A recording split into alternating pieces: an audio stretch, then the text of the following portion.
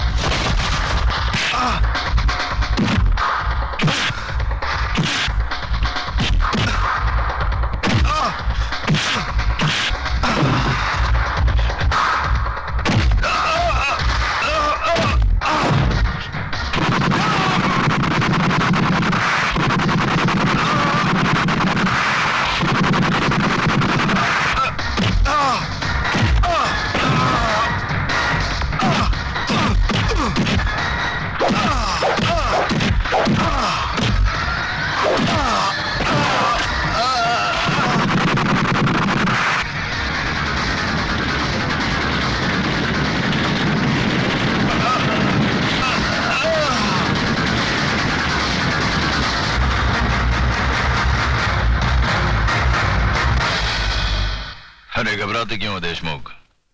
अब तक तो जलकर राख बन चुका होगा। अरे तुम लोगों को अपने दोस्तों पर भरोसा ही नहीं है। बस बस अब ये भाषण बंद करो, हमारे कान के पर्दे फट रहे हैं।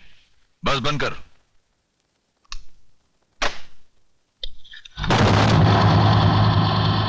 रामदीन,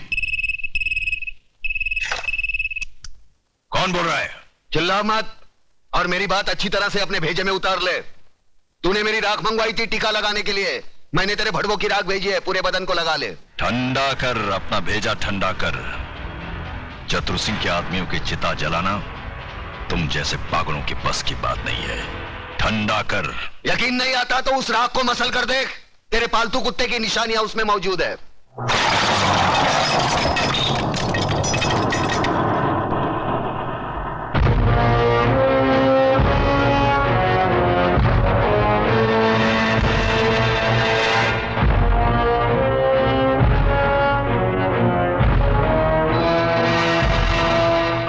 हराम के, तूने जलती हुई आग में हाथ डाला है। हम तुम्हें ऐसे जलाएंगे कि तेरे चाहने वालों को गंगा में बहाने के लिए तेरी राख भी नसीब नहीं होगी। अरे मुझे जलाने की बात छोड़, मैं तो तुझे ऐसी मौत मारूंगा ना तो तुझे जमीन नसीब होगी ना आसमां। अतुल भाई, अतुल भाई, अतुल भाई गजब हो गया। अतुल भाई गजब हो गया। अतुल भाई बाहर आकर देखो तो सही। क्या हुआ कल्याण जी भाई? अरे क्या हुआ? क्या नोटिस लग गई, 24 घंटे में बस्ती खाली करनी पड़ेगी। बस्ती किसी की बाप की जागीर है कि खाली करनी पड़ेगी? खाली तो करनी पड़ेगी भाईजान, क्योंकि अब इस बस्ती का मालिक चतुर सिंह है। लक्ष्मी दास जी ने बस्ती बेच दी और नोटिस पढ़कर हम लोग आए हैं। अरे बाहर में क्या वो नोटिस और बाहर में क्या चतुर सिंह? मैं भी नोटिस फाड़ के चतुर सिंह की तो नहीं अतुल, तुम ऐसा नहीं करोगे, इससे हमारा केस बिगड़ जाएगा। उन लोगों ने अगर कानूनी तौर पर बस्ती हटाने की कोशिश की है तो हम भी कानून का सहारा लेंगे। चलो मेरे साथ। कानून हर किसी के लिए बना है, लेकिन अदालत की नजर में जो गैर कानूनी है उसके लिए एक जज की हैसियत से मैं कुछ नहीं कर सकता। यह स्टे ऑर्डर नामुमकिन है। मगर जज साहब, अगर मेरे पिताजी ने चतुर सिंह को जमीन बेची होती तो कम से कम मुझे मालूम तो होता, उसके कागजात होते मेरे पास। जज साहब, जिस तरह आपने 24 घंटे में कानूनी तौर पर हजारों लोगों को बेघर करने का नोटिस जारी कर दिया, उसी तरह उसे रोकने का भी तो कोई कानून होगा। मिस मेघा, सलाह के लिए वकील होते हैं, जज नहीं। जज का काम है सिर्फ फैसला सुनाना। जानती हूँ जज साहब, अच्छी तरह जानती हूँ कि इस बार भी आपने पैसे खाकर बड़े होशियारी से शुक्रवार की शाम को यह फैसला सुना दिया। आज सैटरडे है, कल संडे और परसों नवरात्रि की छुट्टी। लेकिन इतना याद रखना जज साहब, ये जो गरीबों की बद्दुआएं और चीखें हैं ना, ये साए नहीं जाती। और जब ऊपर वाला अपना फैसला सुनाएगा, तुम भी बच नहीं पाओगे। चतुर सिंह, ऊपर वाले के हाथ से तू बचे ना बचे, लेकिन मेरे हाथ से तेरे को कोई नहीं बचा सकता। अगर एक बाप की औलाद है तो एक बार मेरे सामने आकर दिखा। तू भौंकता बहुत है आराम के, और भौंकने वाले कुत्ते हमें पसंद नहीं। दादा का खून हो गया।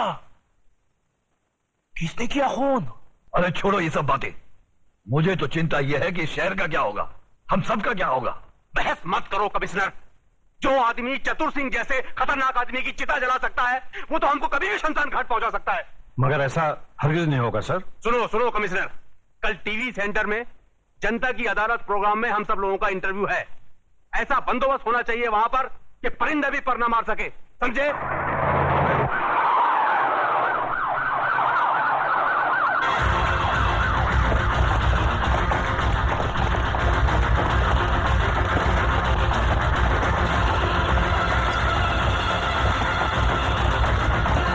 कादर, तो इधर है ना? Yes sir. पांडु, जरा पीछे रहे। आज जनता की अदालत में जनता के सामने जनता के प्रतिनिधि मंत्री श्री बबन राव देशमुख, विपक्ष के नेता श्री चंद्रसेन आजाद, कानून के रक्षक इंस्पेक्टर सत्यवादी दुबे, न्यायमूर्ति श्री हुक्म अली जाबिर तथा इस शहर के सबसे बड़े बिल्डर मिस्टर योगराज अपराधी के रूप में यहाँ मौजूद हैं। इन सब पर यह आरोप लगाया गया है कि शहर में जो हाल ही में दंगे फसाद हुए हैं, जो हत्याएं हुई थी, वह सब इनकी मिलीभगत थी। क्या ये सच है देशमुख जी? लोग आजकल राजनीति को, कानून को और पुलिस को गांधी जी के 3 बंदर कहते हैं। वो बंदर जिनके सामने सब कुछ होते हुए भी न कुछ सुनते हैं, न देखते हैं और न कुछ कहते हैं। देखिए साहब, हमारे यहां लोकशाही है और लोकशाही में हर किसी को कुछ भी पूछने का और कहने का पूरा अधिकार होता है। मैं आपकी इस बात से बिल्कुल सहमत नहीं हूं। अगर ऐसा होता तो दूसरे राज्यों की तुलना में हमारे राज्य में चारों ओर इतनी शांति कभी नहीं होती। अगर चारों ओर शांति होती तो पिछले दिनों हमारे शहर में जो दंगे हुए वो क्यों होते? साहब, ये सब विदेशी ताकतों का हाथ है, क्या करें? देखिए मंत्री जी, जब भी देश में कोई विपत्ति आती है तो हर मंत्री का आप ही जैसा जवाब होता है कि इसमें विदेशी ताकत का हाथ है। अब पिछले दिनों जो भूकंप हुआ था, कि इसमें भी विदेशी ताकत का हाथ था? Order order, please maintain the silence. पर लोग तो कहते हैं कि इस विपत्ति में आपके साथ विपक्ष के नेता चंद्रसेन जी का भी हाथ था और पांव भी था। जी, ये सब बकवास है, इसको हम नहीं मानता है। अरे हमारा पक्ष का सिद्धांत अलग है, इसका पक्ष का सिद्धांत अलग है। हम लोग अलग अलग दल में रह के एक काम कैसा कर सकता है? ये सब गुंडा लोग का काम है, बात करता है।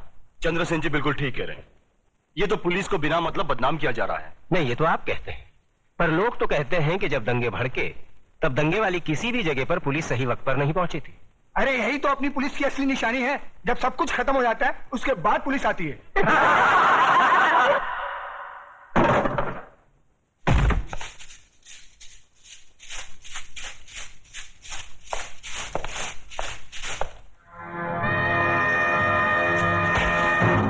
यही तो रोना है कि लोग हमें गलत समझते हैं।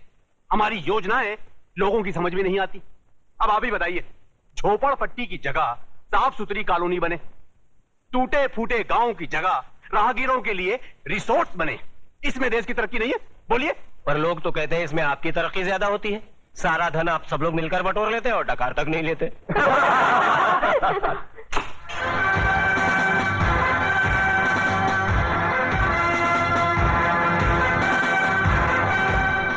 नेताजी और पुलिस वाले ने तो अपनी सफाई पेश कर दी।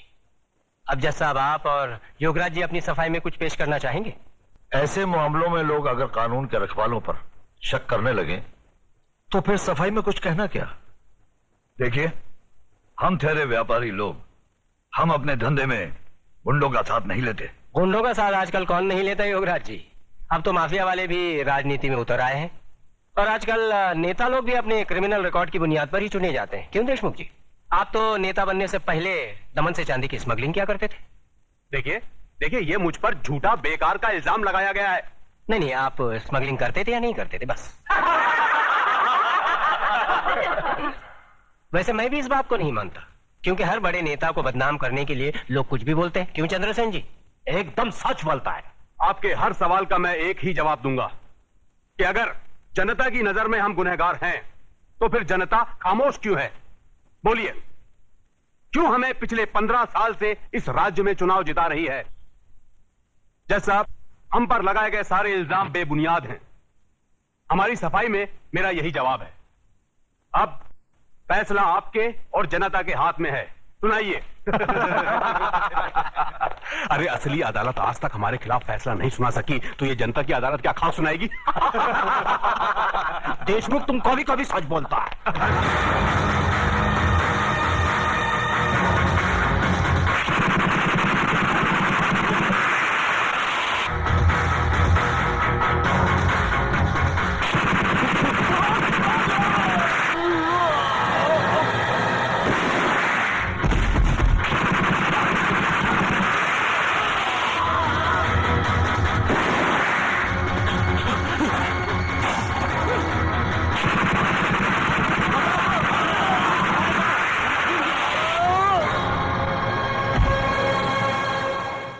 तुम्हें अपनी सफाई में कुछ कहना है? क्या कहना? जो करना था कर दिया, जो किया वो सोच समझ कर किया। अब कहना आपको है। फैसला सुना दीजिए, मुझे मंजूर है।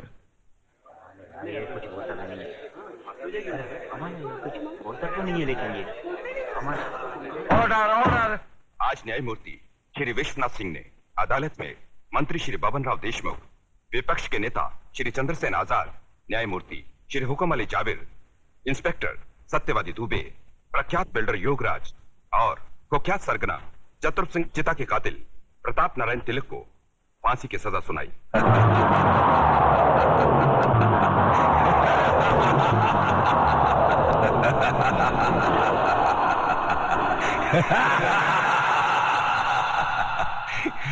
जिंदा आदमी के खून के इल्जाम में फांसी की सजा।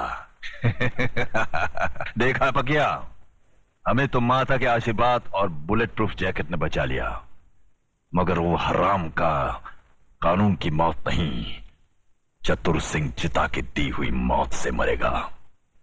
पता करो कौन से जेल में है।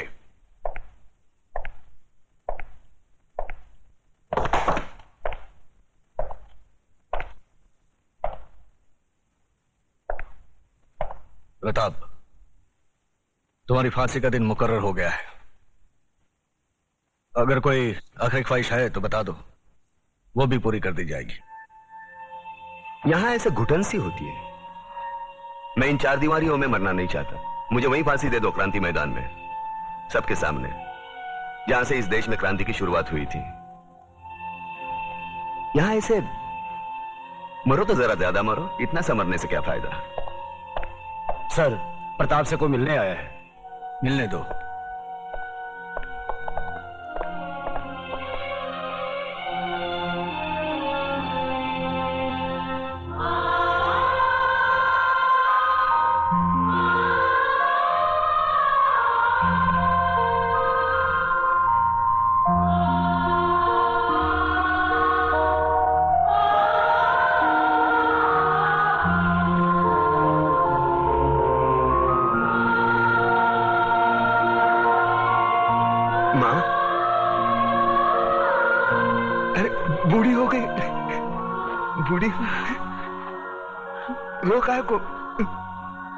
रोका को रही तू? नहीं रे, ये तो खुशी के आंसू है। सोचा था जिंदगी भर तेरा मुंह नहीं देखूंगी,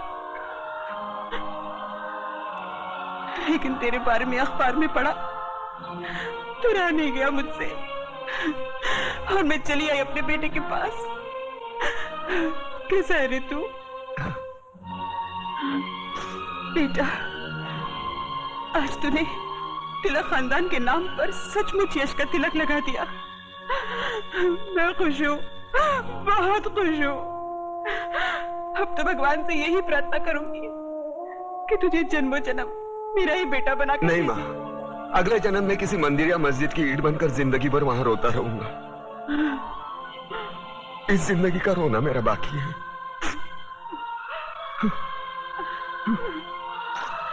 दुख सिर्फ इस बात का है मैं तेरे लिए कुछ कर नहीं सका। नहीं बेटा, तूने बहुत कुछ किया, मुझे सब कुछ मिल गया। तेरे दादाजी की आत्मा को भी शांति मिल गई। बस अफसोस एक ही बात का रहेगा कि तिलक खानदान का दिया जलाने वाला कोई नहीं रहेगा, कोई नहीं रहेगा।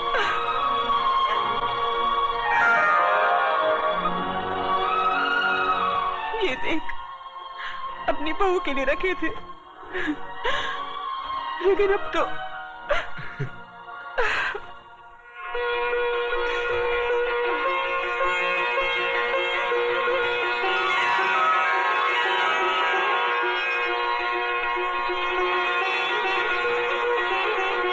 माँ, ये कलम वाली बाई मेघा लिखती है, एक दिन के लिए हमारे खानदान की बहू बनेगी। सोच ले।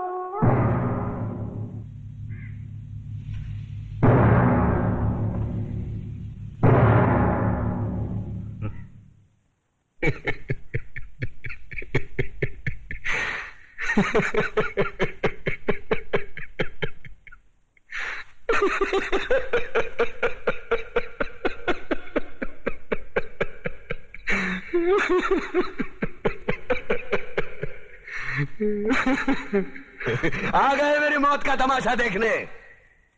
अब मुझे लटका देंगे, जुबान ऐसी बाहर आएगी, आंखें बाहर आएगी, थोड़ी देर लटकता रहूंगा, फिर ये मेरा भाई मुझे नीचे उतार देगा, फिर आप चर्चा करते घर चले जाओगे, खाना खाओगे, सो जाओगे। तुम्हारी ये नामर्दानगी, बुज़दिली एक दिन इस देश की मौत का तमाशा इसी खामोशी से देखेगी। कुछ नहीं कहना मुझे तुम्हें, कुछ नहीं। तुम्हारी जिंदगी में कोई फर्क पड़ने वाला नहीं। अंधेरे में रहने की आदत पड़ी है तुमको, गुलामी करने की आदत पड़ी है। पहले राजा महाराजाओं की गुलामी की, फिर अंग्रेजों की, अब चंद गद्दार नेताओं की और गुंडों की। धर्म के नाम पर ये तुम्हें बहकाते हैं, तुम एक दूसरे के गले काट रहे हो। काटो काटो। ऊपर वाला भी ऊपर से देखता होगा तो उसे शर्म आती होगी, सोचता होगा मैंने सबसे खूबसूरत चीज बनाई थी, इंसान। इंसान नीचे देखा तो सब कीड़े बन गए, कीड़े। कीड़े रेंगते रहो, सटते रहो और मरो। आए और गए, खेल खत्म। क्यों जिए मालूम नहीं, क्यों मरे मालूम नहीं।